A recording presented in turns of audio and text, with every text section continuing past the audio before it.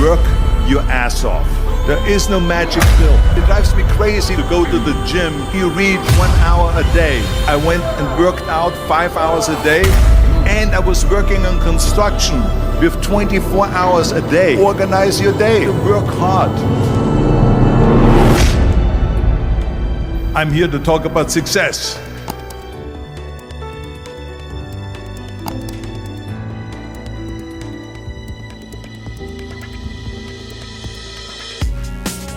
I went to college.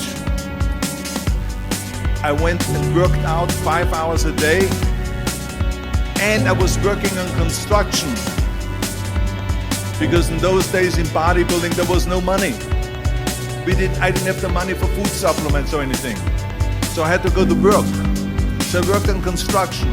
I went to college. I worked out in the gym, and at night from 8 o'clock at night to 12 midnight I went to acting class 4 times a week. So I did all of that. There was not one single minute that I wasted. And this is why I'm standing here today. With the age of 20, I went to London and I won the Mr. Universe contest as the youngest Mr. Universe ever. And it was because I had a goal. You see, if you don't have a vision of where you go, and if you don't have a goal where you go, you drift around and you never end up anywhere.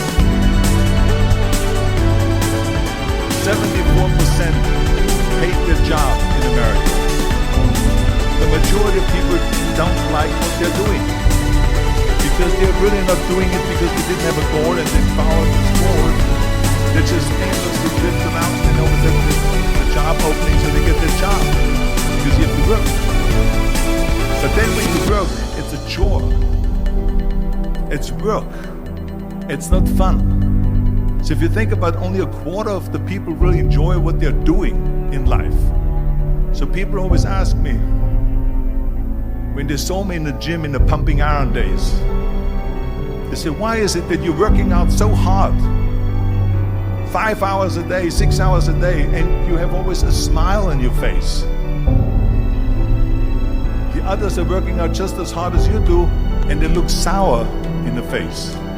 Why is that? And I told people all the time, I said, because to me, I'm shooting for a goal. In front of me is the Mr. Universe title. So every rep that I do gets me closer to accomplishing that goal, to make this goal, this vision turn into reality. Every single set that I do, every repetition, every weight that I lift will get me a step closer to turn this goal into reality. So I couldn't wait to do another 500-pound squat. I couldn't wait to do another 500-pound bench press. I couldn't wait to do another 2,000 reps of sit-ups. I couldn't wait for the next exercise. So let me tell you something, visualizing your goal and going after it makes it fun.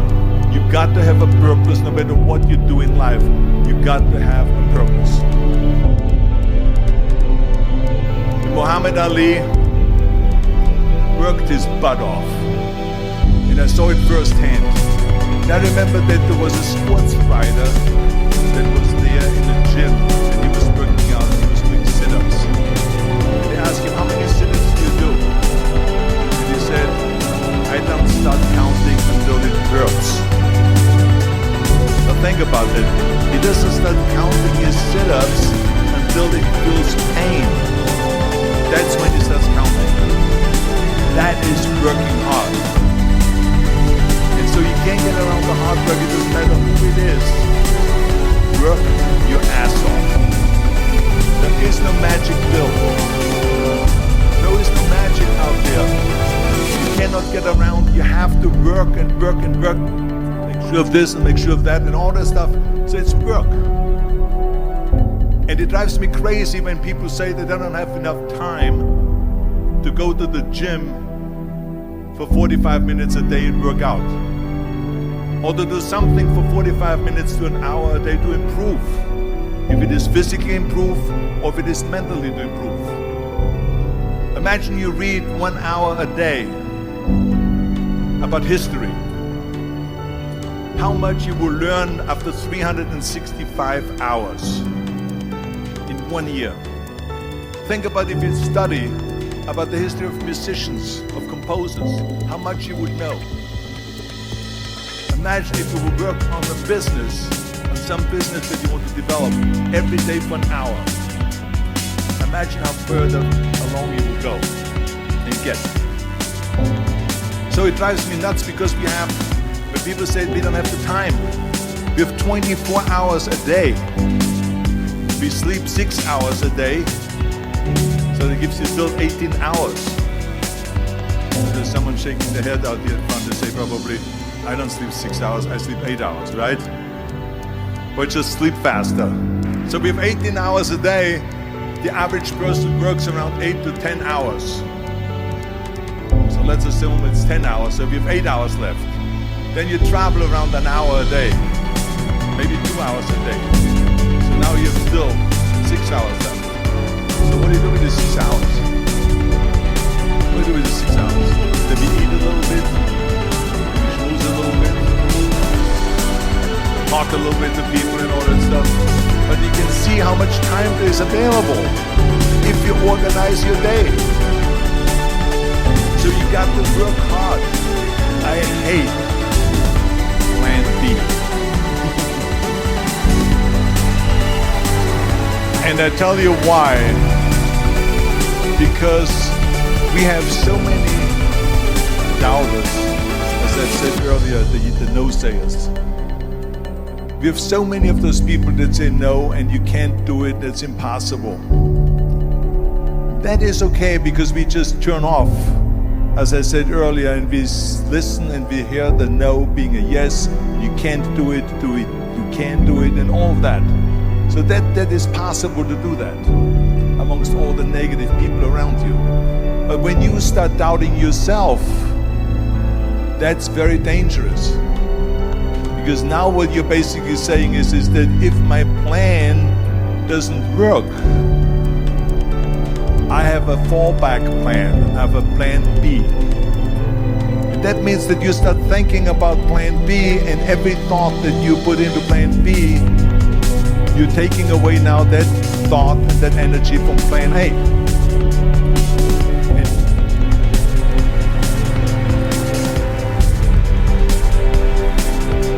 And it's very important to understand that we function better if there is no safety net, because plan B becomes a safety net. It says that if I fail, then I fall and I get picked up and I have something else there that will protect me.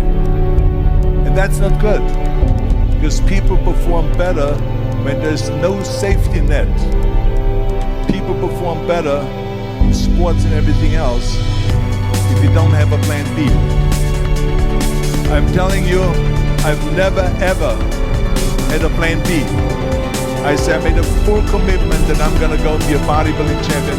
I made a full commitment that I'm going to be in America. I made a full commitment that I'm going to get in the show business and I'm going to be a leading man. No matter what it takes, I will do the work. I will do the work over and over and over until I get it. The same goes in politics and everything like that. So to me, it is very dangerous to have a plan B, because you're cutting yourself off from the chance of really succeeding. And the reason, one of the main reasons why people want to have a plan B is because they are worried about failing.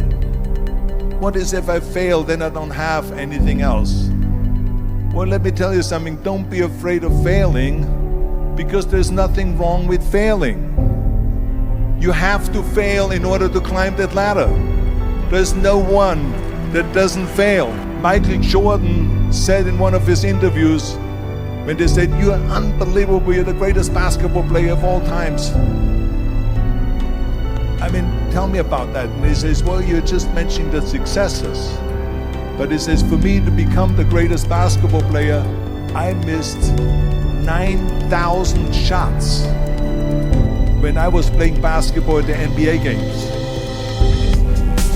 So during these games that he was so successful, he missed 9,000 shots. Does it make him a failure? No. He's one of the greatest basketball players of all times, but he failed 9,000 times. You get it? We all fail. It's okay.